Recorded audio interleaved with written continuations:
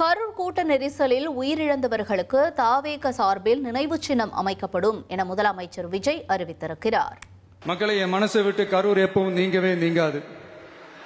நமக்கு ஏற்பட்ட வேதனையான சம்பவத்தை, நமக்கு எதிராக நடந்த சதிய சூழ்ச்சிய இனி வர்ற ஜெனரேஷனும் அவங்களுக்கு தெரியப்படுத்தணும்ல.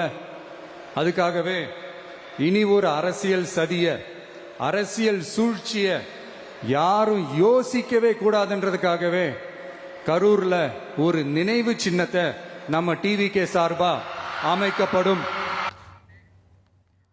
தமிழக அரசு வழங்கிய வேலை வாய்ப்பு மிகவும் உதவியாக இருக்கும் என கரூர் கூட்ட நெரிசலில் உயிரிழந்தவரின் உறவினர் தெரிவித்த கருத்தை பார்க்கலாம். பாதிக்கப்பட்டது யார்? என்னோட சிஸ்டரோட ஹஸ்பண்ட். பேருமா? மணிகண்ணன். என்ன ஒர்க் பண்ணிட்டு? அவர் மொபைல் ஷாப் வச்சிருந்தாங்க.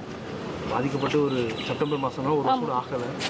அந்த காலங்கள் எப்படி இருந்தது? இந்த கொடுக்கக்கூடிய அரசு படி உங்களுக்கு எவ்வளோ உதவியாக இருக்கும்? ரொம்ப ஹெல்ப்ஃபுல்லாக இருக்கும்.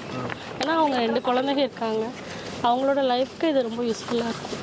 இப்போ அந்த வேலை யார் கொடுக்குறாங்க? என்னோட சிஸ்டருக்கு தான் கொடுக்குறாங்க. என்னோட சிஸ்டரோட ஹஸ்பண்ட் தான் இறந்துட்டாங்க, அதில் பாதிக்கப்பட்டாங்க. அவங்களுக்கு தான் தராங்க. அவங்க பேருமா? நிவேதிதா. அவங்க பசங்க என்ன பண்ணுறாங்கம்மா? 2 பசங்க. ஒரு குழந்தை வந்து 6th படிக்கிறாங்க, பொண்ணு. பையன் வந்து இப்போ எல்கேஜி போகிறாங்க. இந்த இடைப்பட்ட காலங்களில் தாவேக்கள் வந்து இந்த உத்தரவாதம் கொடுத்த அந்த உதவிகள்லாம் கரெக்டாக வந்துட்டு இருக்கு சார். அது மந்த்லி கரெக்டாக வந்துடும்.